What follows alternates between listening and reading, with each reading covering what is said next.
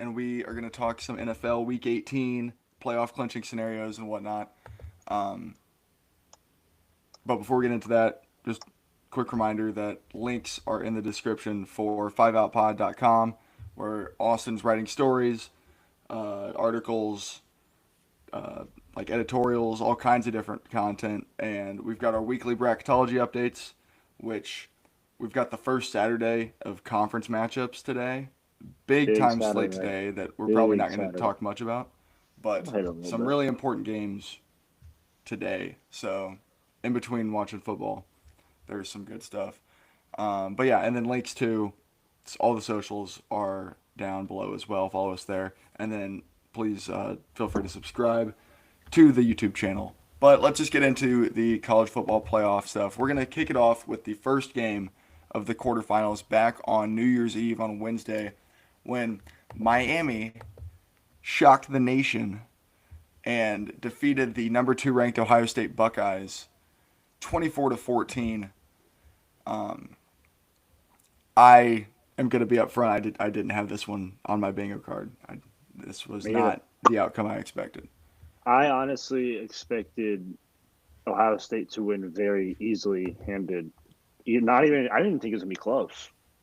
We talked about it on the podcast last week. We were like, Miami has no chance in this game essentially, and Austin was trying to tell us like, I don't know. But coming off the last game that we'd seen of theirs, where they were like running through quicksand for 55 minutes against A&M, Mm-hmm. they looked a whole lot better than that on Mm-hmm. Wednesday. 100%. And I mean, you got to give them credit. Credit's due. Their line, offensive and defensive, you can put them up there with anyone in the nation. I mean, and you win games up front. So I mean, if they can keep on doing that, might have a weird Yeah, conversation here on January 19th. there, I believe the point that I made last week was that Ohio State's weakness, if you were to point one out, was their offensive line play. And 100%. Ruben Bain was wreaking havoc in that It's a game. bad man. That front seven was giving Ohio State problems. And then Miami, just like they did against A&M when they did have success, they did it on the ground with Mark Mm-hmm. Fletcher. Like he was really good. No, yeah, he Um, ran. He ran well, but he ran behind that offensive line. I mean, they played so well. Jeremiah Smith 7 for 157 and a touchdown, which I feel like it didn't feel like that in the game, but like He had some big he catches at big was. times, but I mean, he's good. Yeah, I mean we get another likely going to get another year of saying to Jeremiah Yeah, Smith I'm excited next for year at that. Ohio State, but it feels like this was a missed opportunity for Ohio State. Like obviously, I mean they won the title last year, but it feels like this was the best team that they could have assembled. I And mean, people were talking about like halfway through the year, like this is going to be one of the greatest football teams of all time. I mean, they were playing up there with 2019 LSU. Like they were like, I mean, like, the debate was there. Their defense was not letting anyone score. They were blowing teams out. But I feel like Ryan Day just gets in the big game and doesn't know what's going on. I yeah, mean, and he called one of the worst games I've ever seen. Like they could not move the ball on offense, and they have the best receiver in the country. I mean, like Austin saying in the chat, it was a wasted season in my opinion. oh, I showed the wrong comment. I wanted to show this one. There it is. Um, yeah, I mean prior to this past week, the most points they'd given up all season was to Illinois in Yeah, Champaign. They gave up 16 points. Miami scores 24.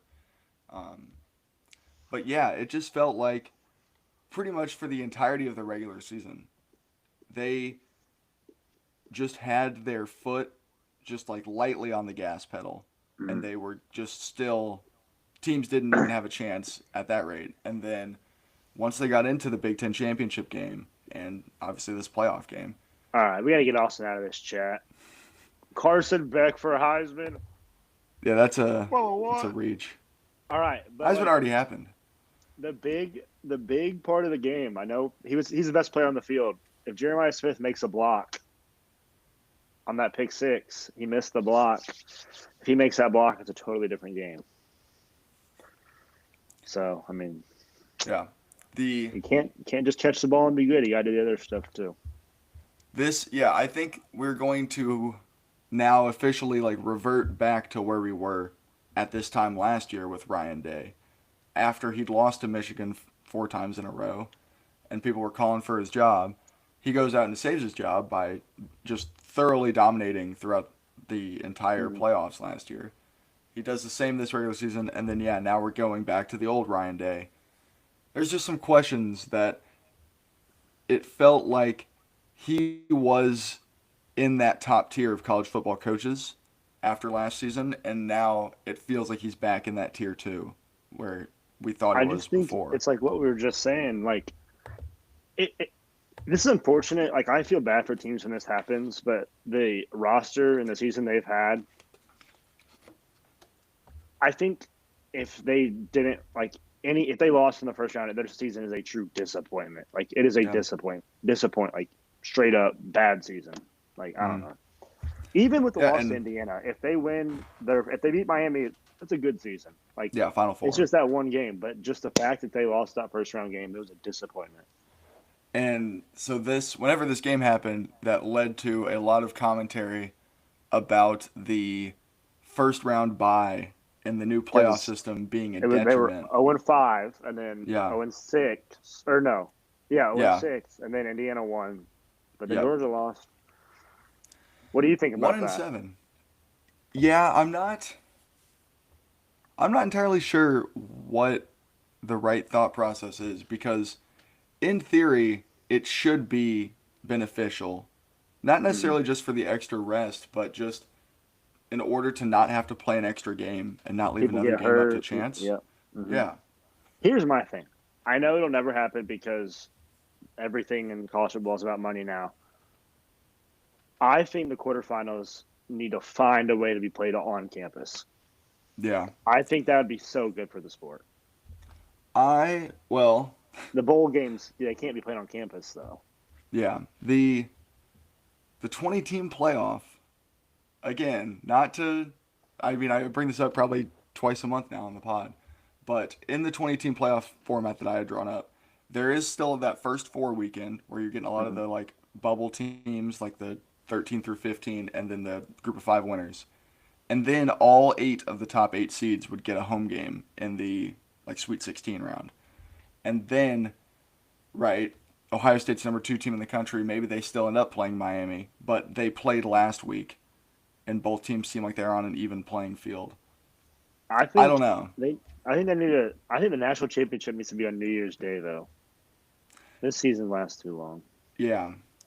It's an issue with the transfer portal and all the coaching carousel Mm-hmm. stuff. Like it Yep. was a They egregious need issue to. this year. They need to make a schedule and like off season. They need to have an off season. Yeah. And the biggest like obstacle with that is Students enrolling. the educational Yeah. aspect of it because you need to have the students enrolled by the Yeah. spring semester, Mm-hmm. and so you have until mid January to bring guys in. Um, but yeah, Miami is advancing to the Peach Bowl.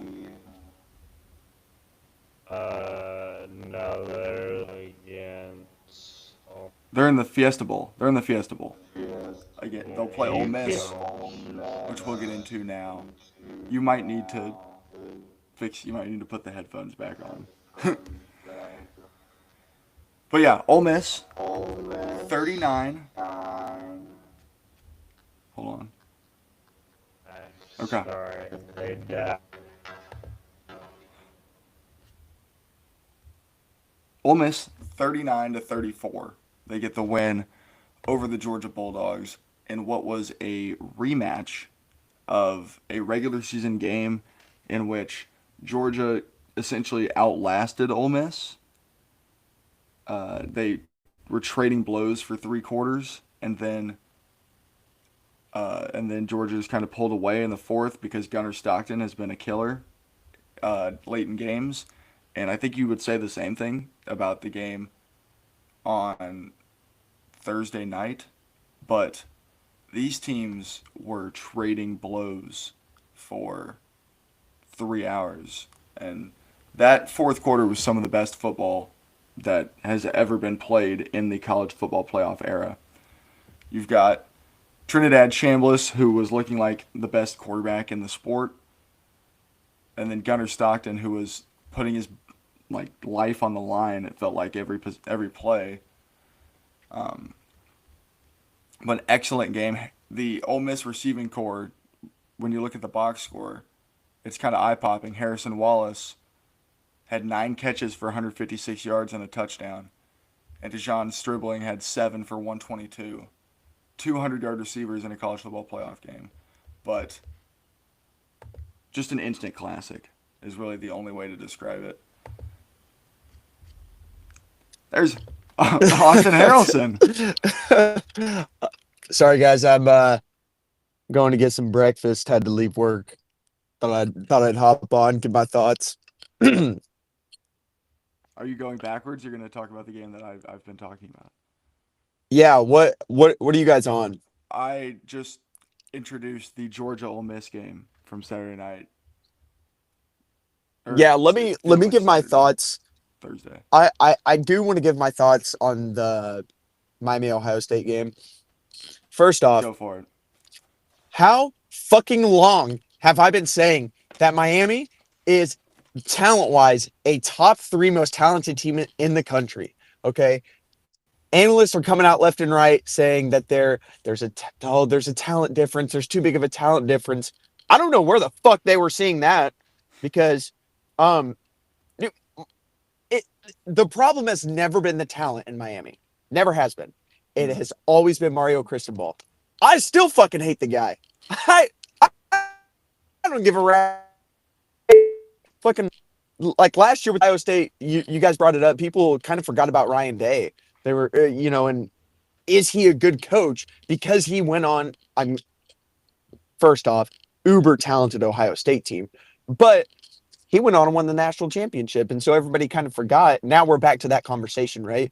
I'm not going to be the guy to forget Mario Cristobal losing to Louisville and SMU every single fucking season, right? I'd say it's not a 1-year thing. Those are not his worst losses that he's had as the Miami coach. Right. And I mean the Syracuse loss last year was pitiful. But this is a completely different team, right? You look like defensively, this is probably the most talented Miami defense we've seen in the past decade. This team is so talented. And I don't know why that was questioned in the first round anyways. It's fucking ESPN. It's the stupid ESPN agenda. I'm not falling for that bullshit. But, I mean, dude, what a game. And now you're Miami, and I know that, you guys are going to look ahead to look to next week's matchups. They're minus 3.5 against Ole Miss right now. Like they're not. Oh shit! Okay, no, we're good. We're good. But they're favored by 3.5 points against Ole Miss. Yeah, but Ole Miss is they're minus money. Bust right? their ass. Regardless of what happens, I think for both squads on that side, both teams. Oh my gosh! Everybody questioned Ole Miss, and without Lane Kiffin, we questioned Ole Miss without Lane Kiffin. They've gone out and they've balled the fuck out. Miami's gone out there. They have balled out. And, say what you want about, teams getting a first round bye. It's always going to be an advantage, right? Always. But, yeah, no, I'm fucking stoked, man. I mean, Miami finally put it together. Malachi Toney, top 5 receiver in all of football. God, he is so good. I love watching that guy. But shout out Miami. Shout out Ole Miss, because that game was a hell of a game. I don't know. It was the best game of the year. I mean, that game was awesome. Have we talked about Oregon and Texas Tech? We have not. I want to talk about that. Okay. Floor is yours. Okay. What does that game say for the Dukes of JMU? Yeah, that's no shit. we had this conversation twice. We had it before they played Oregon and after they played Oregon, but JMU sneaky not ass. What is that right? game? No, That game. What does that absolutely do not. for the group of five talk? Because they were on a different level than what Tech looked. Yeah. I mean, Tech, yeah, they night couldn't move the ball. night and day. Yeah. That's I saw a meme on Twitter. It was like the Bugatti in like a trailer park, and it was like Texas Tech with Brendan Morton or whatever. And I was like, pretty much. yeah. You know what's The- so weird is, you bring up Group of Five, but the only good team that Texas Tech really played this season was BYU. BYU was trying to make an argument for making the college football playoffs. They would have been fucking smoked. It would have been a worse game than JMU, or If I were you, I would maybe even Tulane. I wouldn't try to poke holes in the resume of the Pop-Tart Bowl champion BYU Cougars. Okay, That is dude. You see their viewership on that game? that's what I was going to bring up. That 8.2 million.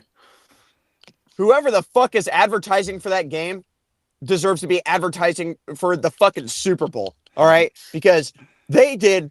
I don't think I've ever seen, like, for a bowl game, just a regular ass bowl game, I've never seen better advertising in my life. It was absolutely unreal. I was seeing anything and everything about the Pop-Tart Bowl. The jerseys lit. Everything about that game is just fucking awesome. I agree. I'm stoked about it. That keeps the bowl games alive, because that's the conversation a lot of people have is, well, there's no point of playing in a bowl game if you're a team that just missed out on the playoffs, right? If you feel like Notre Dame, for example, right? Soft. Dude, who cares about missing the playoffs, man? You get a chance to represent your team against another winning program. That's the whole point of a bowl game. In the is you're Pop-Tart playing. Bowl. That's Dude, that is electric. I'm In reality, stoked. I'm yeah. stoked for that. what that decision by Notre Dame is it's just fodder for the average college football fan to continue to hate Notre Dame, because I feel like the past 5 years they bring in Marcus Freeman, who's like a super likable guy. They lose some really bad games, but they still make the title game last year. Notre Dame has been kind of building their brand back up, and then their decision to say, no, we are too classy and good of Yeah. a college football program to participate in the Pop-Tart Bowl, which is the most awesome spectacle in the sport at this point. It's just, let's all throw tomatoes at Notre Dame for being The losers. Pop-Tart Bowl or the Rose Bowl. You know which one I'm picking, bro. You know what which one I'm I'm picking. The sunset was overrated this year, which let's There let's wasn't a transition- sunset. Yeah, let's transition into that because that's the last game we haven't talked about. I will say, I believe the 3 games we've talked about went about as far away from my predictions last week as they possibly could have. But I Yeah, pretty diagnosed pitiful. this game. I diagnosed this game pretty well. I had Tech winning. I had Ohio State winning, but I had the Rebs. I had the Rebs taking care of business. I said that if Alabama wants to win this game, they have to play their A game, and Indiana has to play their B game or worse. If not, it was going to get ugly. And boy, was it. Man. It was. The highlight of that game was when Pat McAfee had a hot mic when the bomber was going, and he's talking about he had a freedom erection. I'd never heard that one before. Gonna add that one into the repertoire. Yep. Indiana's just a wagon at this point, right? I mean, they looked. I mean, dude, we went out. Fuck, dude. I'm gonna be honest, man. I'll let the cat out of the bag. I've been to the same bar 3 nights in a row. All right, hate me if you want. I don't care. Leroy's? It's an electric bar. It's Leroy's, man. Ethan Let's knows go! it. So we go, and dude, and I'm telling you, it's like this at every bar in Indiana. When IU plays, that shit is packed to the brim. Everybody wants to go out and they want to watch IU play. And so, this bar's got free food. I mean, they've got, incredibly priced drinks. So we go, and dude, it was absolutely electric. And everybody's like, they're like there's still fans that are like, dude, I just don't know if this team is this good. Like, am I making it up? Am I no, no, you're not making it up. This looks like easily the best team in college football right now. I I know mean, people like are talking about it, but like if you actually just think about what the last 4 years have looked like, it is the craziest thing I've ever seen in my life. I mean, it is it's actually insane. incredible what Signetti's done. I Yeah. mean, I saw I don't think I've ever seen a turnaround like this I saw ever a tweet from a college football. that was someone tweeted out, um, if I did what Indiana has done on my college football dynasty, I would have to up the difficulty. Said Yeah. like it's Yeah, not possible. like How did that's what Signetti not win it's an FCS insane. national championship? I don't I know. think I don't I understand don't how. know. did JMU win it? Wait, No, he never won a FCS natty because they damn, joined. JMU This- never. Wait, was JMU D2 No, they're FCS until No, they were- or were they 2022. FCS? FCS. Yeah. Okay. Damn. The thing with this, I don't know, so but damn. Yeah, yo, you can point go to ahead. you can point to two things with this game, I think, that are real, like these are the takeaways from that game. Indiana, and someone tweeted, I saw, like, they don't have a single starter that's under the age of 21. Right? They're a veteran team.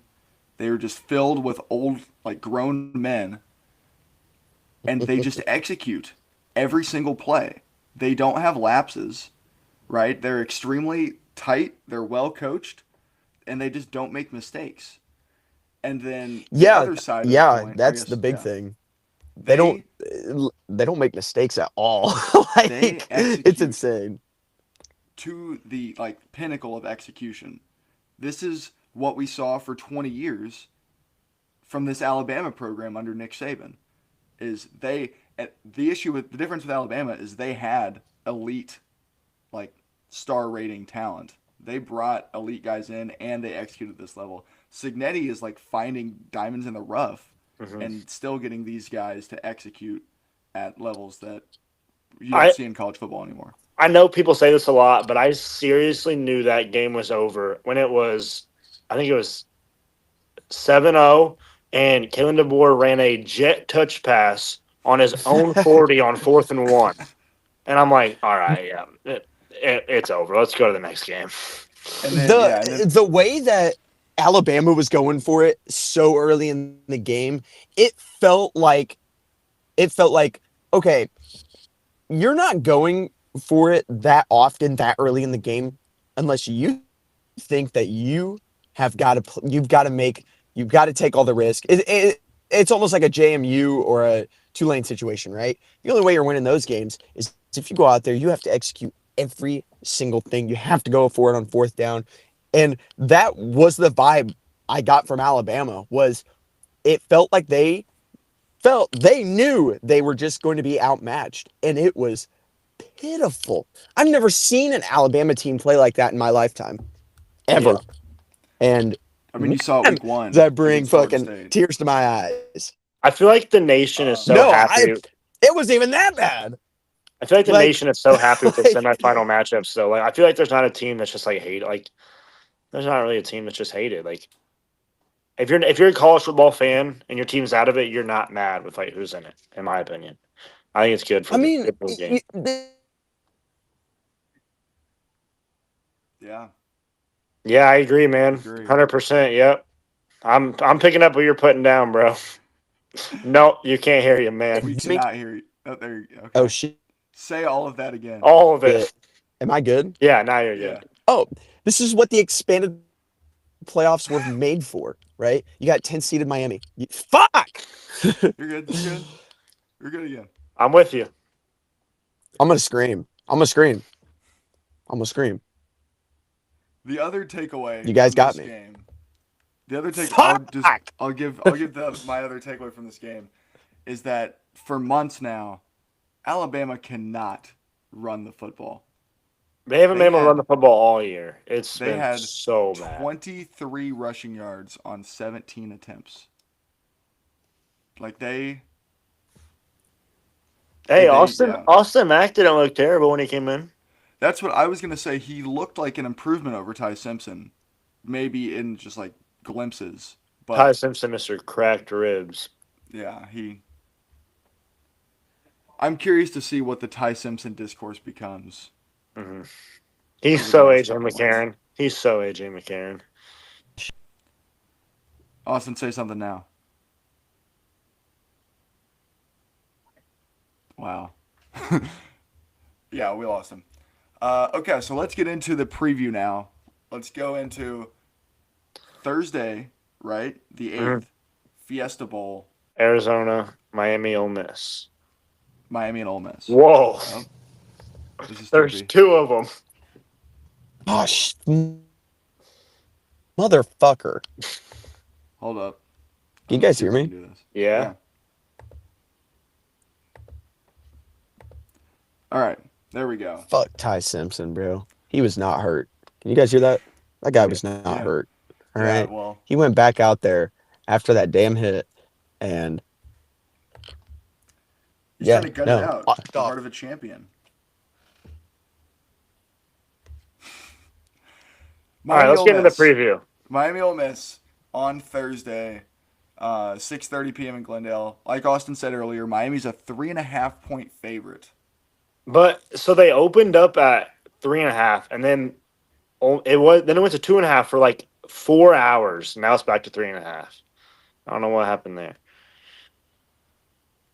I said this to you before we started, is I think Miami is a more well-rounded, complete team when they're playing their best football. And I think that they have a better chance to win the title. But I think it's clear at this point that Trinidad Chambliss is the best player left in the country. And he is Trinidad's capable, been the best player in the country. he's capable He's of so winning good. winning playoff games by himself, which there are very few quarterbacks that can do that in the current college football landscape. I mean, I've been to 3 Ole Miss games this year. I've seen them like I've the ins and outs. I think they're winning this game. I am so confident. So ESPN FPI is giving him a 44% chance to win. I think I still trust Ole Miss a lot more than I trust Miami because of the Cristobal factor that we've talked about all year, because of the Carson Beck factor that we've talked about all year. Like I watched the SMU game. I watched the Louisville game. That team is not beating Ole Miss. That team is not, but the team that played Ohio State could. You're just getting a lot more volatile outcomes with this Miami team. You don't know which team you're going to get. But with Ole Miss, I feel like pretty much all year All year. they've been a model of consistency. And I the mean, only game they lost is Coming into the game- playoff, people were saying Georgia's the best team in the country. Ole Miss was up 9 in Athens in the fourth quarter. Like, Yeah. And at this point, you look at their schedule, every team they've played, they've beat. yeah, Right? They're 13-1, but they avenged their loss to Georgia. You Yep. can say the same thing about Georgia. Georgia went Mhm. 12-2 this year. and beat every team they They played. beat every team that was on their schedule. But yeah, that's kind of the beauty of this playoff system, right? Is you get games like this. I don't know. I think Ole I Miss's think- offense is so good, but I think Miami's defense is so good. So I don't know. Like, I don't know how the game's going to flow. Because like Ole Miss wants to beat teams 45-40. Like that's their game of football. That's their brand. And I don't know if they'll be able to do that against Miami. Yeah. That's Miami, yeah, their last 2 games have been run the ball control, let the defense eat. And Nate Frazier looked so good against Ole Miss. I mean, he was Yeah. 10 yards a carry. I don't think we've talked about Trinidad's drive. The drive was probably the greatest drive I've ever, like, a college quarterback has ever had. I mean, Was it 56 seconds left, right? no, I'm talking about the one where he, like, ran like, 3 straight, like, when he ran into the end zone and, like, tossed it like that drive. It was, like, in, like, the third or fourth quarter. But the drive, 56 seconds left, yeah, that was a good drive, too. He was playing some electric football. Yeah. And that's what he does. Mhm. He's a fun player to watch, like bar none. if that's your takeaway, Ole Miss has never been this far. Right? They're in the Final Four. They have mathematically a 25% chance to win the title. Mhm. I But saw somewhere like Pete Golding has like the sixth most college football playoff wins of all time, and it's his only 2 wins. yeah, it's unbelievable. And shout out to Lane Kiffin for getting $500,000 from LSU, who's Yeah. already in debt to Brian, like serious debt to Brian Kelly Mhm. because of Pete Golding. What a fun clause in a contract. And then we've got the other game, a Big Ten rematch played on Friday the 9th in Atlanta in the Peach Bowl. Number 5 Oregon, number 1 Indiana. Indiana is a 4-point favorite as of right now. See, here's my takeaway on that game, just right off the rip, without looking into it. Indiana went into Eugene, and it was a 10-point game, but they won that game. Like they controlled it. They controlled the ball, time possession. If they went into Oregon and did that, I think Indiana is a better team now than they were when they went into Eugene. I think they take care of business.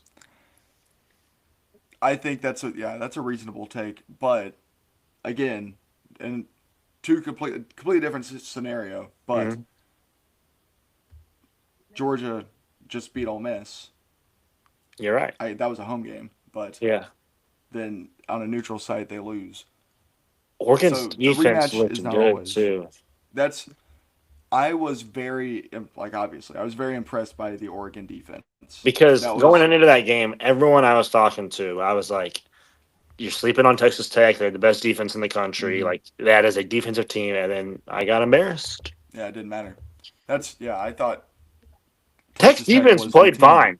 I Yeah, mean, they had a pick. Like Tech's defense didn't play bad. Their offense was just so bad. that first half was it was Yeah, just 3-0. grinded out football. Yeah. Yeah.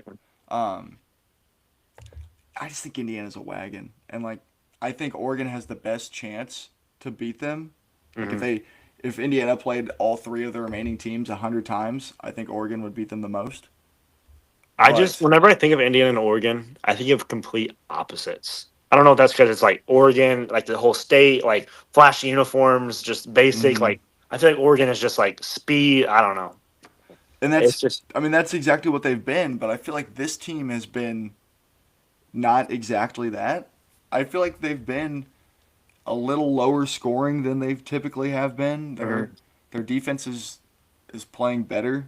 Like I think this is probably the best defense Dan Lanning's put out Mhm. in I- his 4 years at Oregon. What do you think Oregon's gonna have to do to win the game? Like you think they have to run it well? You think Moore's gonna have to play well? Like what? Like what's I the keys to the honestly game? Moore will have to play well and keep them in the game. I think when you get to this level with the quality of teams left, you have to be opportune when the turnover battle is kind Yeah. of the one thing that I look for. If you can pick Mendoza off even just once and give yourself some momentum, that's kind of Yeah, I like the that. fact because that's what Indiana did to Ohio State in Indianapolis. It was the same. Like they got to saying and that's all that they needed to do to No, I rattle like that that. offense. I like that. So yeah, you're going Indiana Ole Miss, I'd imagine. If I had to bet on it, I would take Indiana -4, Ole Miss money line. I like Indiana -4. I'd I probably do like Indiana -2.5. Alternate it a little bit. I think they win a close game. that Miami Ole Miss game is going to give me problems because I do think that Ole Miss wins that game more often than they lose it. But Mhm. I also think if Miami wins, it is probably going to be by more than 3.5. So Yeah. So here's my thing though. Ole Miss hasn't pulled a Ryan Day at Ohio State yet this year. They haven't played bad, no, and they've been like I mean, super consistent. except for week 3 against Arkansas. Arkansas is a bad team. They probably should have lost that game. Arkansas fumbled on like the 10 with like a minute and a half left. They have yet to lay an egg, and I'm scared that it could come soon because it's destined to happen at They some point do. here. But I mean, if they keep playing their style of football, I feel like all the guys are bought in after Lane left. Like they want it. They Yeah, want it. you can tell. I mean, you don't win that game on Thursday night without like having the heart of a champion. Like Yeah, that's 100%. something that is clearly apparent within that locker room. Okay, before we get to the NFL, I just checked the prep sheet. Before we get to the NFL, do want to plug 5outpod.com again because we have updated bracketology coming at some point over the weekend. Those brackets are going to be changing a lot more now that we're getting into conference play. You're going to have Yeah, two important Kentucky's going to results. be in it after they beat Alabama today. Kentucky is currently in the last four in, I believe, which a lot of people are probably have them as like a 7 seed, right? I feel like that's probably in general where they're at. But the model that I use essentially assumes that the season has ended today. So it doesn't take as much of the predictives into account as the resume. But Kentucky's in. They'd get Virginia Tech, I believe, in a first four game. And then I think maybe SMU as their first round matchup if they win that, which, I mean, that could be a path to the second round right there. But yeah, 5outpod.com for bracketology. That will be updated this weekend and will be continue to be updated throughout the season. But let's get into the NFL. So, 2 games today It's that only are for the both matter, very, right? very meaningful. No, and the then- Steelers game. Yeah, and then the Sunday night game, Baltimore and Pittsburgh, matters. I am going to pull up the clinching scenarios.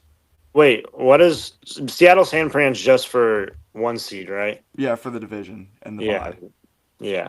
But the Um, only 2 games that matter for like clinching scenarios is Pittsburgh and And yeah, yeah. Tampa, Carolina. Yeah. So let's see here. So Denver can clinch the 1 seed with a win, or if New England and Jacksonville lose. New England is obviously the same way. They have to win and Denver lose. Jacksonville needs a win and both to lose. But the fact that Jacksonville's up for the 1 seed right now, I think we talked a little bit about the Jags last week. And like imagine They- I told you that. At They're the playing beginning the of best year. football in the AFC right now. Yeah. Like full stop. And they're doing it with I think their best player on the field not performing. Brian Thomas Jr. hmm And the guy that they kind of mortgaged their future for to trade up 3 spots in this year's draft, Travis Hunter, he hasn't played in 11 weeks, right? No. Like he's been out for a while. But they can win the division with a win over Tennessee, or if Houston loses to Indianapolis, which yeah, Houston needs to win and Jacksonville lose. And then Baltimore and Pittsburgh play Sunday night for the division and the 4 seed. That And game's it going to be seems- electric. It seems like the winner of that game will likely get the loser of the AFC South. So you think that's Aaron Rodgers' last ever game? I don't know. I think there's a strong probability that they'll win the game. I'm with that. B, I think that he's played well enough that I could see him talking himself into another year.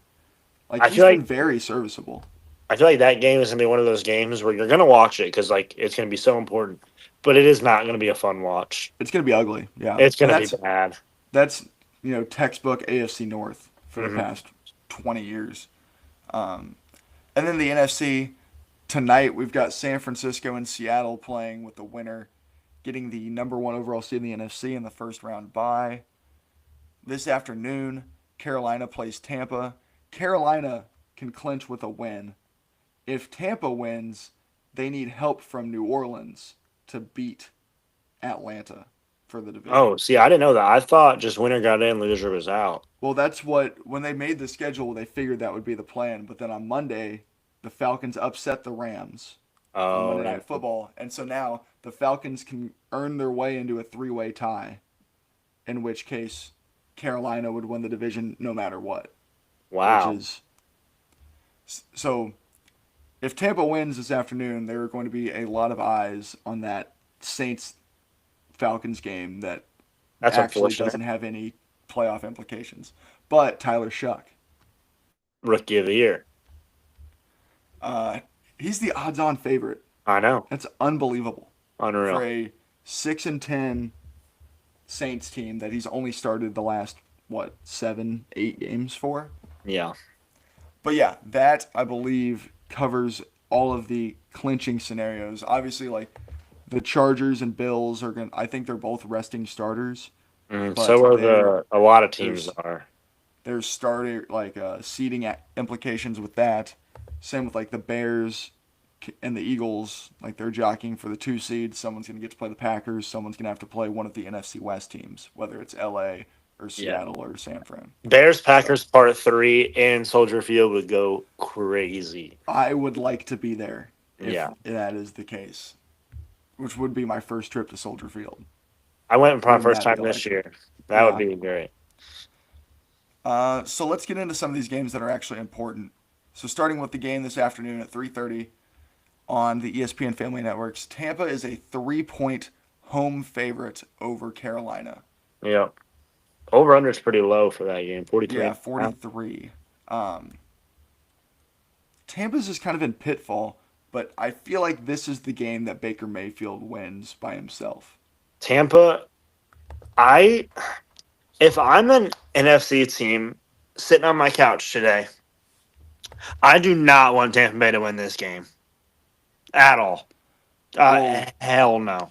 Because Yeah, if you're if Baker gets in the playoffs, he can beat anyone. Like he can play it out of his mind for one game and he can get it done against.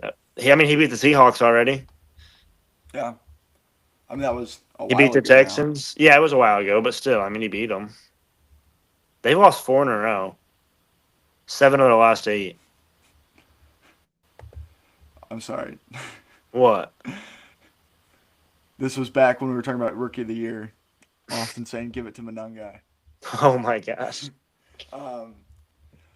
But yeah, you're right. I just think that Baker Mayfield just has enough of the it factor that I would not want to see them in the I agree. playoffs. I think you're exactly agree. right. But I think Carolina is playing better ball, and at this point, they have shown the ability to beat good teams recently, right? Yeah, They beat the Rams. they're hot, and Tampa Bay is not. Like at the end of the day, Yeah. It's just fun that we could live in a world in which the Seattle Seahawks win 13 games and they have to travel to 8-9 Carolina yeah, that's to just play it crazy. in an NFC playoff game. But they just beat Carolina. So, Mhm. and then the game tonight for the 1 seed, Seattle at San Francisco at 7 p.m. Seattle, 2.5-point favorite on the road. See, I don't like that. I don't like that. I need to hold on. I'm going to because the NFC West is one of the I think 2 divisions. I think the AFC North you could also make this case. But in the NFC West there is legit like this team owns this team. Right? For forever. Shanahan just dominated McVay every time they played. Every And time. The only time that they lost was when the year they won the Rams won the Super Bowl in the NFC Championship. Like that was kind of a breakthrough moment. I'd like to know. I did not realize that McCaffrey was leading the 49ers in rushing and receiving. That doesn't surprise me at all. Although Jawan Jennings has been huge for me in my Fantasy season. league. Me too. Hey, great minds think alike. Sometimes you just have to play the guy you drafted with your 12th round pick every Yep. week. Every season. week. All week. Let's see. The 49ers have won 7 of the last 8 Yeah, they're. against Seattle. Wow. I think like, wow.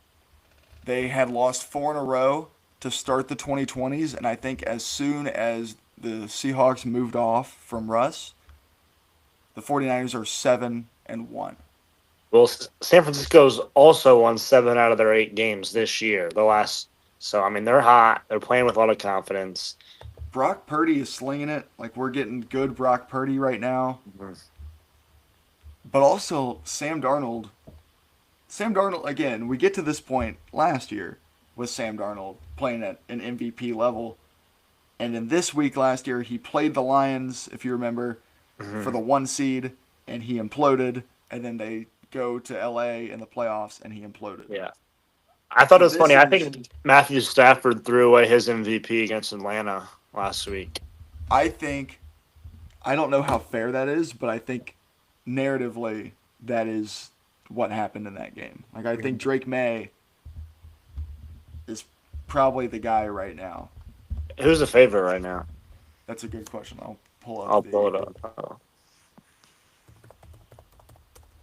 But yeah, it's a 2-horse race with like is Sam Darnold number 3? Caleb Williams is tied for third. I know that. Okay. Let's see if I'll. Huh. Well, the DraftKings odds are Oh wait, never mind. No, jarring. he's not. No, he's not. he's Um, 5th on DraftKings. Drake May is minus 340 on FanDuel. DraftKings has him at minus 295. Stafford plus 225. Yeah, and they then have. third is McCaffrey at plus 10,000.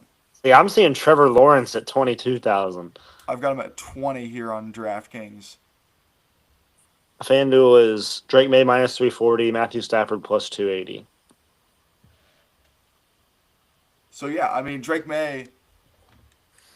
All he has to do is It's not throw 5 picks this week. go out and beat Miami Yeah.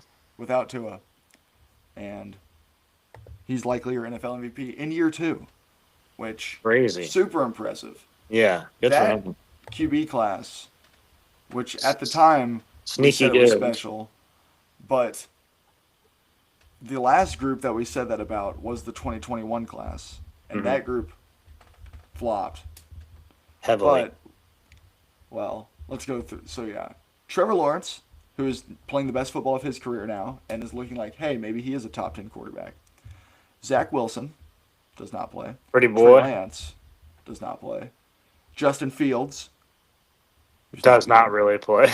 And Mac Jones, who was a very serviceable backup for San Fran. He looked pretty good this year. I think he could play himself into a QB competition somewhere next year. Like New York. He'd be the starter in New York right now. Could be. They're going to draft someone, though. Maybe Yeah. Trinidad. Trinidad. That. But yeah, that 2024 draft class, aside from 9, has been pretty strong. But yeah, San Francisco 2.5 point underdog at home, and they've dominated the Seahawks in recent history. Mhm. Seems like a good spot, but I'm not an expert. Let's see. Other games that we want to talk about. The Bears are 3-point favorites against the Lions. I don't know how many guys the Lions are going to actually play because they're eliminated. Yeah. The Bears too. Yeah. I do think there is something to wanting to play the Packers again versus playing the Rams or the 49ers or the Seahawks. I'd rather play the Packers, I think. Yeah, I would too. And then we've got the Ravens and Steelers on Sunday Night Football. Winner takes all. Baltimore 3.5 point road favorite Really? with Lamar allegedly playing. Lamar Yes. is active. But I feel like Lamar has not been good in this type of scenario prior. Has Lamar been good at all this year? I He mean, started out, maybe I mean, the first 2 weeks. good. But he's Like been he's not been He the has not Lamar we know. Not been the Lamar Yeah. we know. I'm gonna do the same thing. Steelers Ravens head to head, but Tyler Huntley he looked pretty good last week. Like Yeah. that. Really, the key is they need to run the offense through Derrick Henry. Yeah, I think this is And- a game where Derrick Henry needs to have 28 carries minimum. I could see him getting into the threes. Yeah, and again, I talked about the turnover battle. As long as Derrick Henry has been excellent all year, except for he's had this inexplicable fumble issue. Uh huh. Right?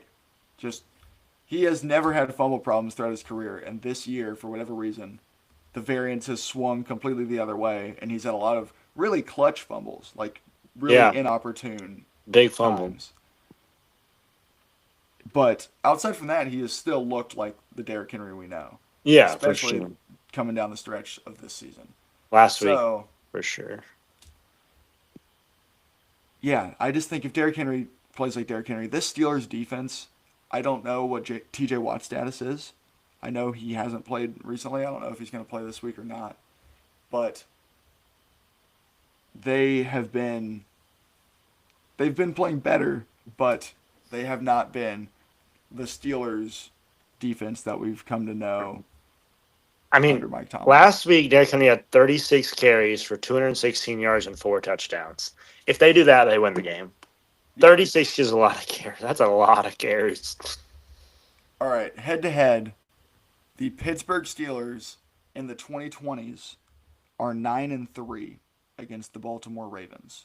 Wow, I did Now- not expect that at all. They did drop the 2 of them last year, or 2 of the 3. They lost in Baltimore, and then they played Baltimore again in the wild card round and lost that game. They beat them this year in Baltimore. This game's in Pittsburgh. Mhm. So, Oh, yeah, Yeah, the I- atmosphere is going to be electric. yeah, Pittsburgh is one of the best Mhm. atmosphere In the NFL. in football. So, yeah. I'm glad I mean, I kind of wish that game was tonight and we I get the agree. 1 seed game on Sunday.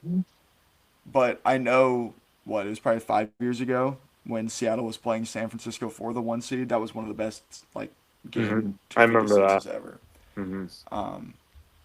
But this game's going to be electric as well. So, Yeah, but it's going to be ugly. yeah. Which is fun, you know? Yeah.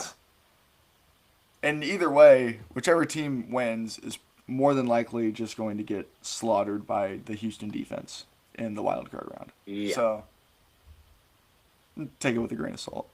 Yeah. But yeah, I think that will do it. Unless if there's anything else you want to talk NFL. I'm good. Really Okay. big slate college basketball today. Only one ranked matchup, but I can see some upsets today for sure. There are a lot of teams.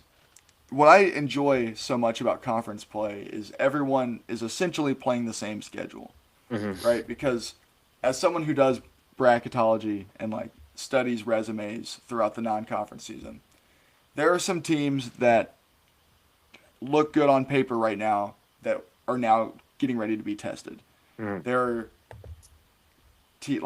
UCF is the number one example of this every year. I think UCF has never played a Power 5 team. And They're what, 11-1 right now? They're 11-1 and 12-1. They host have a Kansas home game today? against Kansas today. Yeah. That's a game we're going to find out. Is UCF actually a playoff team or a tournament team, or have they just scheduled very lightly? Yeah. Teams like SMU, LSU. I think a big game I'm ready to look for today is Vanderbilt, South Carolina. South Carolina, I feel like, is one of the teams in the SEC that I don't think they will make the tournament. But they are going to beat some teams that can make the tournament and possibly ruin some resumes. Austin's in the chat saying that bracketology is updated on the website, so I'm going to pull it up. Share screen. Because South Carolina, they have not had a good They have non-conference. not, But neither is Vanderbilt. Neither is Vanderbilt. but they've won Every game. every game they've played. Yeah, But who Um, have they played? Nobody. they dominated St. Mary's, who I think is good.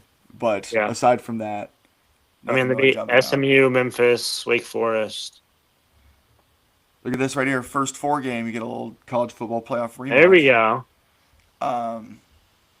Illinois gets the 4 seed, the last 4 seed, so they're stuck going out west twice. Let's see. Yeah, so here's UCF as a 7. Nebraska got a big time win last night over Michigan State to stay undefeated. Nebraska ball is good. They are. Full stop. It's Good good for the Big basketball Ten. Good for the Big Ten. Yeah, here's Utah State is your 6 seed matchup. And then if you're able to win that one, get a little Mark Pope revenge game in the second Utah round. State is a 6. Are they undefeated? I believe they have 1 loss, but they are like far and away the best team in the Mountain West right now. 6 seed. Um, Dang, Nebraska has a kind of a good resume too. yeah, like they went into Champaign and won that game on the buzzer beater. Yeah, They beat Oklahoma's a good Oklahoma, win. Kansas State. Those are 2 teams Michigan that are on my State. bubble. Oh, at Michigan in a few weeks. Yeah, that will be a real litmus test. Michigan. Yeah, we talked about that in the group chat yesterday. Is Michigan the best team ever? I think there is a world that exists in which that is true. Imagine if SLU were to beat Arkansas in an 8-9 game, and then Robbie Avila is to match up with that Michigan front court. That'd be awesome. That would be. I Yeah. love Rob Wave. Yeah. But yeah, SLU's what, 13-1? They lost to Stanford, I think. yeah, and Stanford beat Louisville last night, which is a huge win because Really? they were coming off. They, I believe, scored 40 points at home against Notre Dame earlier this week to open up ACC play. And I was like, this team was on, like, in my next 4 out at the time. And I was like, I can't have them there whenever the bracket comes out because they looked pitiful against Louisville. Oh my gosh, they did. then they went- 47-40 loss. That's horrible. And then they go and they beat Louisville. So we'll see about Stanford. The ACC is going to be really fun this year. That's what I think kind of the underlying story of college basketball has been this year is the ACC for about 3 or 4 years now has been extremely top heavy with like Duke, Carolina is sometimes good, Louisville has emerged, but aside from that, the rest of the league has really kind of bottomed out. There are like 10 or 11 teams, maybe more, in the ACC that will be fighting for a tournament berth. I agree. And that's really fun because when the ACC is good, it's good for college basketball. Yeah, Virginia is pretty good this year. What? They're 11-2, I think. Yeah, they just They dropped a lost. game to Virginia Yeah. Tech, who hopped back. They were in my first 4 out. They got back on the right side of the bubble with that win. I've been enjoying watching Iowa State this year, man. They're so good. Otzelberger's great. College basketball's awesome, man. And I feel like at this point in the year, I should be a little more locked in than I am. I feel like I'm still in football mode, and typically I'm balancing both. I'm in But- football mode. I have not watched enough basketball at all. Today's slate, I think, will get me back in the right frame for college basketball because there's some good ones today. I don't know Illinois plays at 6. what's going on with Texas Tech. Like, are they? I don't know. Yeah, didn't they just drop one to somebody? No, I mean they lost to Arkansas like a week or two ago, but then they just beat Duke. Yeah, and yeah, they lose to Illinois at home, which is one of their like marquee games. And they got beat by what, 40 to Purdue. Yeah, and Purdue just dusted them. So we were like, maybe Texas Tech isn't that good. and they beat Duke. They're the only team to beat Duke. They were in a barn burner against Northern Colorado, Yeah, who I like. They're like a 15 seed, but they're not a bad mid-major. I don't know. There are some interesting profiles in college basketball this year, I will say. And I College think basketball's weird. there's a pretty wide gap, I think. From what I have calculated, there are 18 teams that are really pretty strong, and then everyone else is just all kind of jumbled up. There's like 50 teams that are all could beat each other. The March is going to be awesome. Oh, I can't wait. We're due for a good tournament. All right, so that should do it for this episode of 5 Out. Thanks, Ethan, for joining today. Go doing the Reds. Two-man show. Links in the description. Like the video, subscribe. Thanks for listening, and we will see you again same time next week.